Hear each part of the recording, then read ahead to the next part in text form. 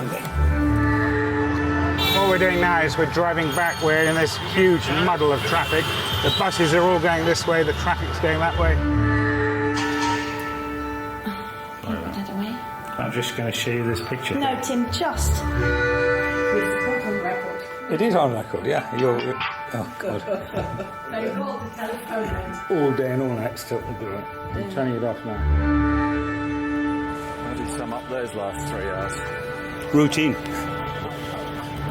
Namaskar.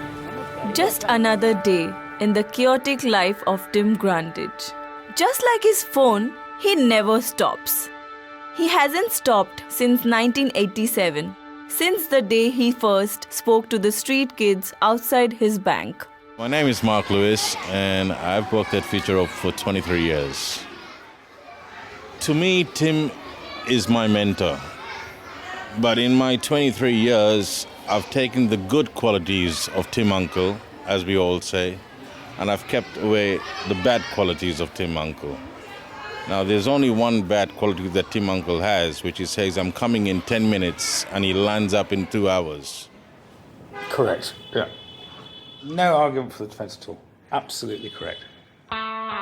Tim Grandage, Unstructured, the man who slept by his front door, unpredictable, the man who travelled from Hong Kong, in every place, the man who quit his job, a person with a huge heart the man who, this could go on for a very long time. and who can love unconditionally. My name is Nikhat Khatun and I'm proud to know him. He won't be strict, he will be just loving. The man, Tim Uncle. And I think his approach is just by giving this love, you can change people.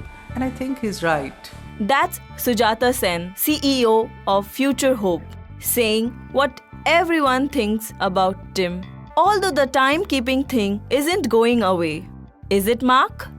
That's how my interview actually started, standing outside Shakespeare Sarani at 9 o'clock in the morning, because that's where I was told to stand, and I'll see you at 9. Look for a green gypsy with a wheel on the roof. So I just stood there and I kept watching the cars. And Tim Uncle came back at 3 o'clock in the afternoon. But eventually Tim Uncle came and he did apologize. What's our timekeeping like, Erica? My timekeeping is very good. What's my timekeeping like? Infuriating. That's the bad quality. The good qualities of Tim Uncle is he's got a heart probably in a zillion people. That heart is difficult to find. The opportunities that he gives staff and children is, I don't have words to explain to that. I was given an opportunity and I took it. And if it wasn't for that opportunity, I wouldn't have been in FutureHope. With the 22 years that I have gained this experience, it's because with his guidance and his knowledge that he shared, right? And I want to stress on that opportunity. If it wasn't for that opportunity, I wouldn't have been where I am today.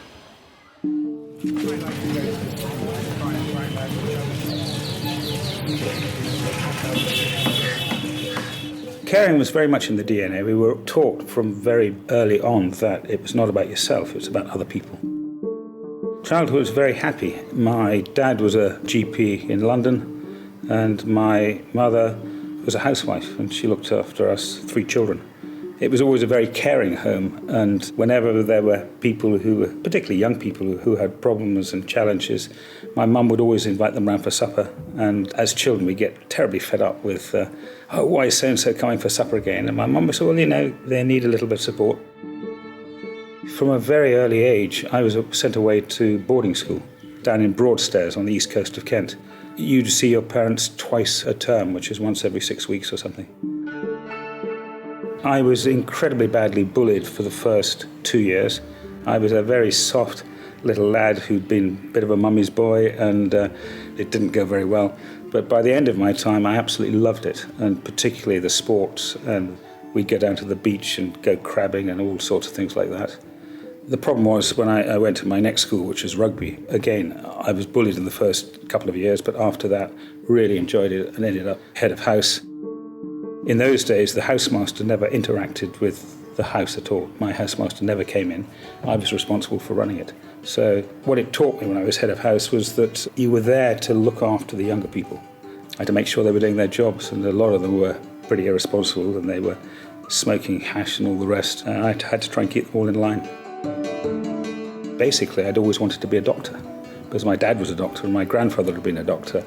The only problem is that I enjoyed my life at rugby far too much, and I didn't get my biology, physics and chemistry A-levels. I got them, but I got them at very low grades. Then I really didn't know what to do. And the family went into crisis. I thought, what on earth are we going to do with this boy? And an uncle who I had never met before suddenly came round and said, why don't you join the Hong Kong and Shanghai Banking Corporation? I thought, I don't want to be a banker. I said, I don't want to be a banker. He said, no, don't worry about that. They like people who get on with people, who relate to different communities. You'll be sent all over the world to interesting places. You'll have to adapt. You'll have to learn the languages. You'll have to learn about the cultures. You had to improvise. And the bank was brilliant. They paid you if you learnt another language. So I learnt Cantonese, I learnt Arabic. And I had a wonderful time. The only problem was that I wasn't in the bank very often. When I used to visit his branch, most of the time I never found him. This is former HSBC colleague Pranab Ghosh. I used to ask my, assistant boy, the clerks, and where is your boss? He said, I don't know, sir. Just look at there, maybe in some slum areas he must be there. Exactly twice I tracked him down. He was sitting with the local young boys and he was talking to them. They do not know English. He doesn't know Hindi. So in an animated way, they were talking. This gentleman who has founded this organization, I have seen him, his dedication. So many things, so many sweet memories, so many sweet things are there. When he left Calcutta, he went to Hong Kong. I told him, Tim, I am coming to Hong Kong for a course. Can I stay with you for 2 days? Well, yes, why not? He said, you will find the key under the doormat. Okay, so I went to his place. I found the key under the doormat. I went inside. And he was not there. So I slept in his bed. For 2 days, I was almost semi-conscious sort of thing. Suddenly, the day I was supposed to leave Hong Kong, he popped in. I said, Tim, where you had been? I intruded in your flat. So he said, actually, I was with the boat people. I was teaching them English.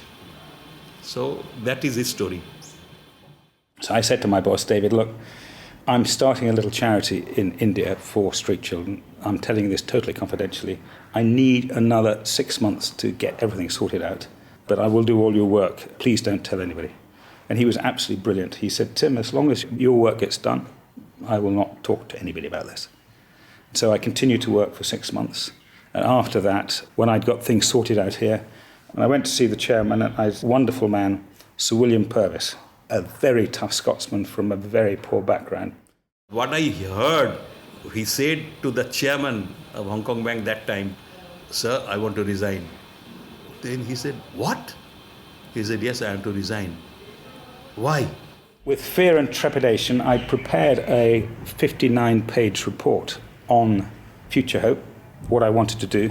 And I was told he was a man who liked to see a lot of figures. I said, Sir Willie, I used to work in Kolkata, and I said, whilst I was there, I started working with street children. What I want to do is to go back and work with street children, start a charity. I would like the bank to post me back there, pay me my salary, and give me a kickstart on the charity.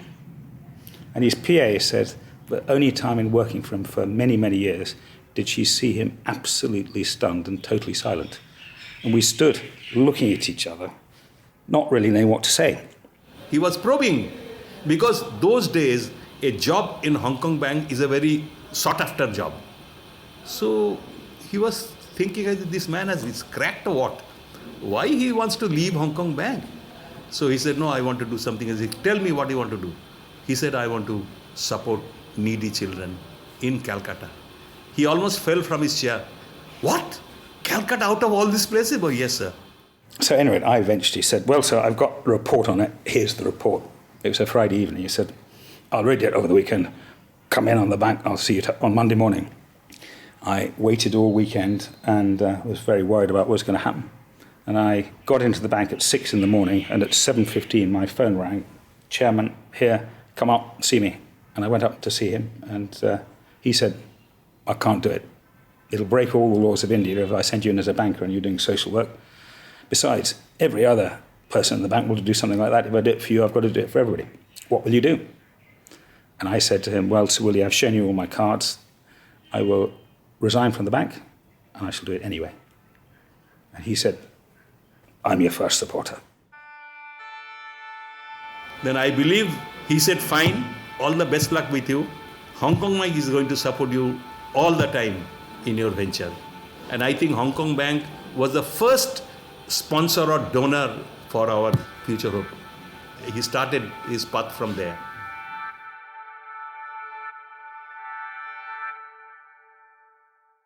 Having resigned from the bank, I needed to get new visas. And I knew that I was going to have an uphill struggle with what was going on. But again, Dr. Jaminesh Chatterjee came to the fore again. And he said, Tim, it's great you're coming back. We're going to start a charity together, aren't we? And I said, yes, Dr. Chatterjee. How do we do this? He said, well, the first person you must meet is my very, very good friend, Torun Dutt. T.C. Dutt, at the time, was the Chief Secretary of the state of West Bengal. The most powerful man in the state. He controlled the whole civil service. And I would go down with Dr. Chatterjee 2 or 3 times a week. And Torun Dutt really sort of took me under his wing. He mentored me and he taught me how to start a charity here in India. I mean, you were a banker and then you did this after banking. Look what he's done. Look at the amount of children that I've seen through Future Hope and he's seen through Future Hope. People holding good jobs, having families of their own. So it all boils down to one thing, giving that opportunity. I'm not saying all 10 apples are good. You might have some 2 bad apples, but 8 of them will come out stars. It's always the children first, I mean, which man would drive around late at night picking up children, spotting people at the station, monitoring them, seeing the requirement and then bringing them in? You need to have a heart of gold to do that. If there's somebody new whom Tim doesn't know, he'll make sure he knows him or her. Everybody knows Tim's face, which is a familiar face, and especially Tim is known in the most deprived areas of Calcutta. You walk with him on the streets in the most deprived areas and somewhere. Tim uncle, how are you? How many chapels do you make every day? There are lots and lots of photos of young Tim going to all these areas and staying with them, spending time with them, trying to understand their lives and helping them. So yes, with greyness, he's being loved more and more. Everyone has a story at Future Hope. And it's not just the students. Many of the staff members used to go to the school right back at the start. One of the very first kids remains a crucial part of the team. My name is Mintu Mondal. When I was found by Tim, I said I am a street child. I live on the street. I sleep on the street. And then he asked me from where you come from. I couldn't answer. So I live on the street. And then said, which place? Can you show me? I said, yes, I can show you. He told me, I want to help you out. Can you stay here for a week? I said, okay. But then after 3 days, I was hassling everybody. So I don't want to stay here.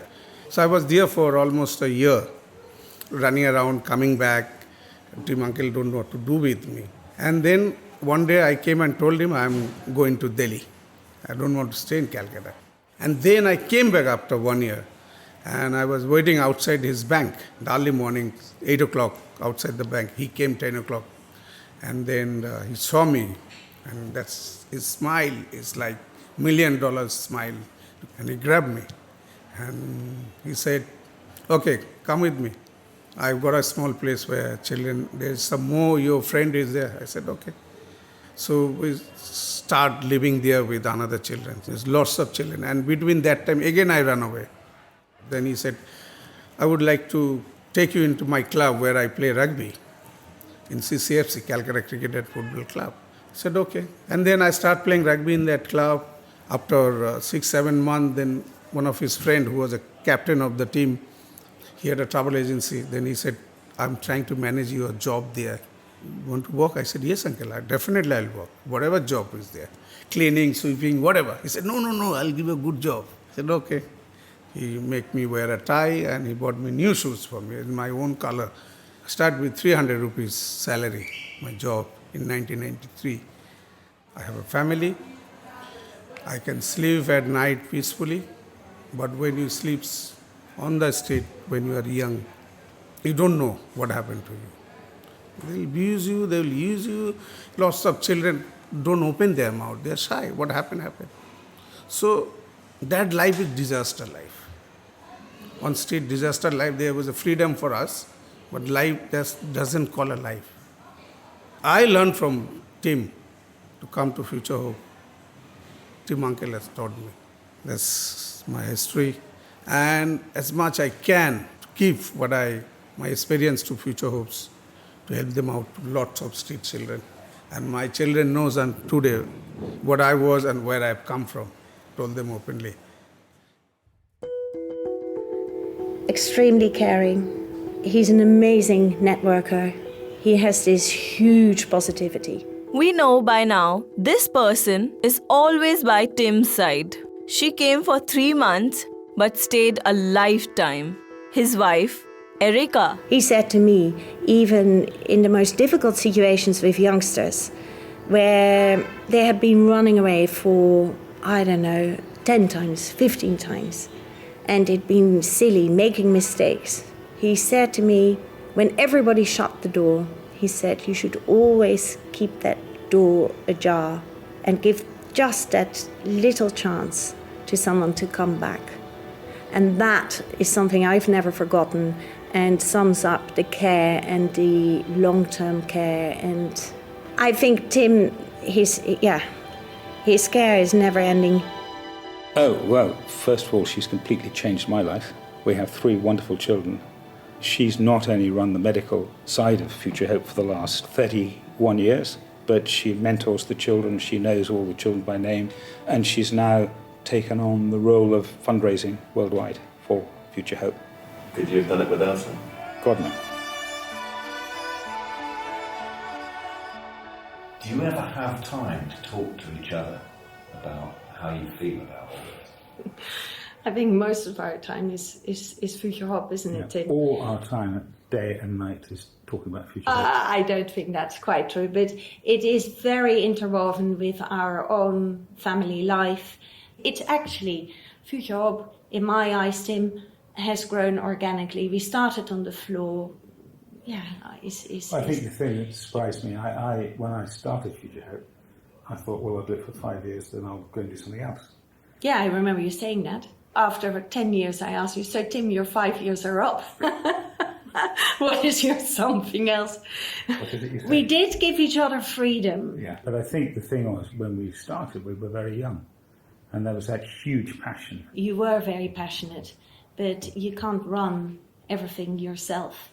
And I think that's where, over the years, we made a huge change. And, what we started as a passionate couple may have that lifetime, which both you and I would like to see. I mean, the most difficult thing I ever had to do, ever had to do, was to resign as managing trustee and hand over to somebody else. But we both knew that this was essential for the organisation to continue. I think Tim and I feel incredibly grateful. It's been hard. It's been hard, and we've seen so many kids who you think are doing really well, and they take a sidestep, perhaps, sometimes make a mistake, but on most occasions they've come back, and you suddenly see them fly.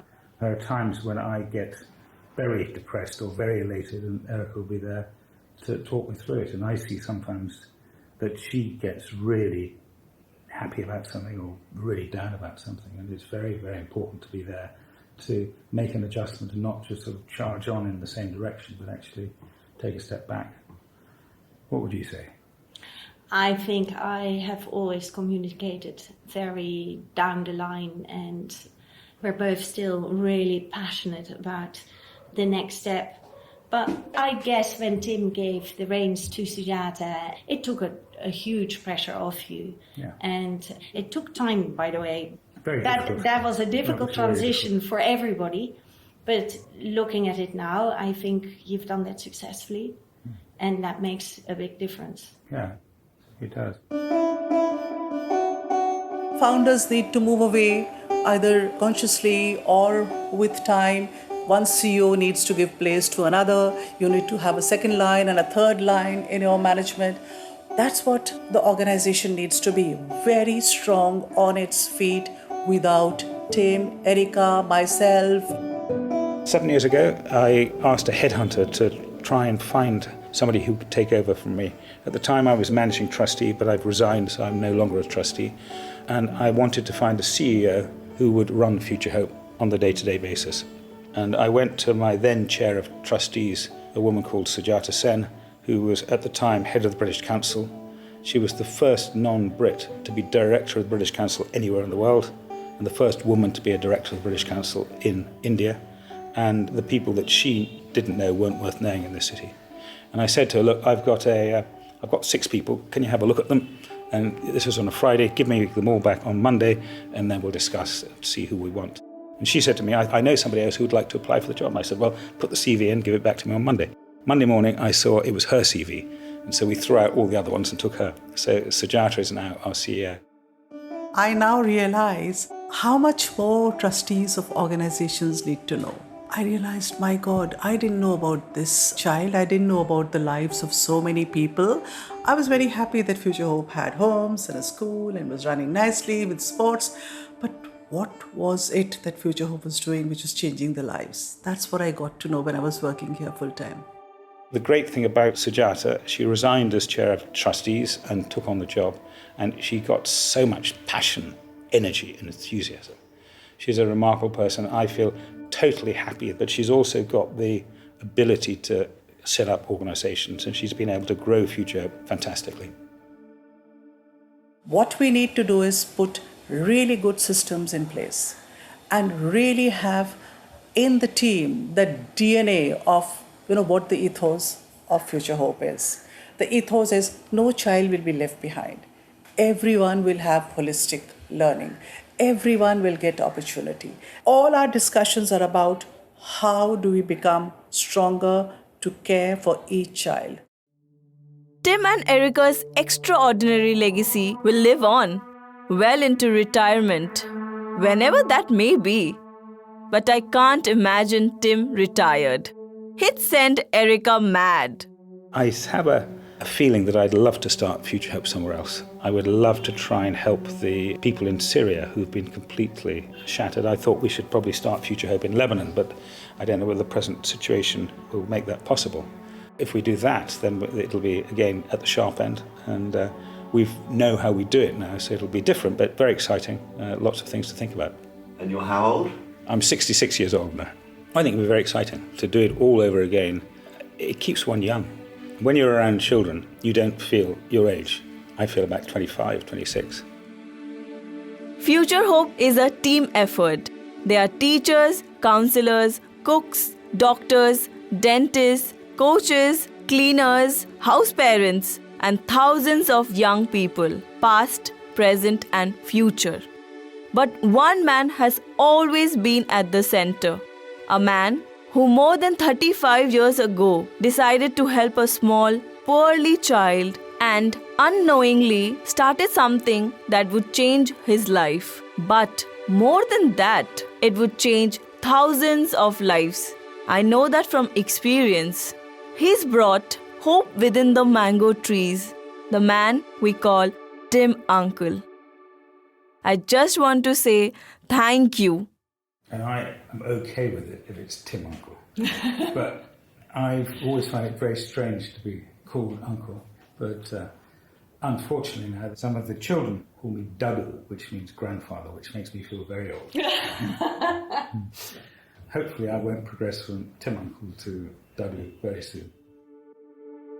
Uncle and auntie was my everything from childhood till now. Did they save your life? Yeah. So I'm happy with uncle and auntie and Future Hope too.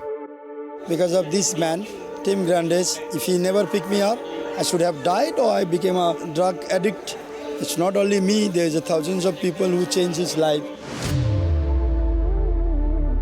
Every day is a day of hope. It's full of struggles. But what makes it worth it is when somebody's life has been transformed. I'm studying my level best so that I can give something back to Future Hope, which gave me everything.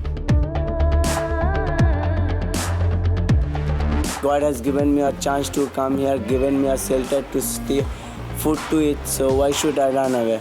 I should stay here and get my future. This is the home that gave me everything in life. Future Hope is something that they are showing the path to the children.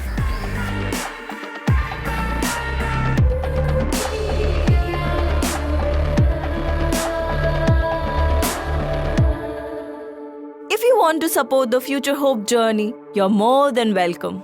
Further information is available at futurehope.net. My name's Nikhat Khatun. Thank you for listening. Hope Within the Mango Trees was co-produced, edited and mixed by Phil Brown.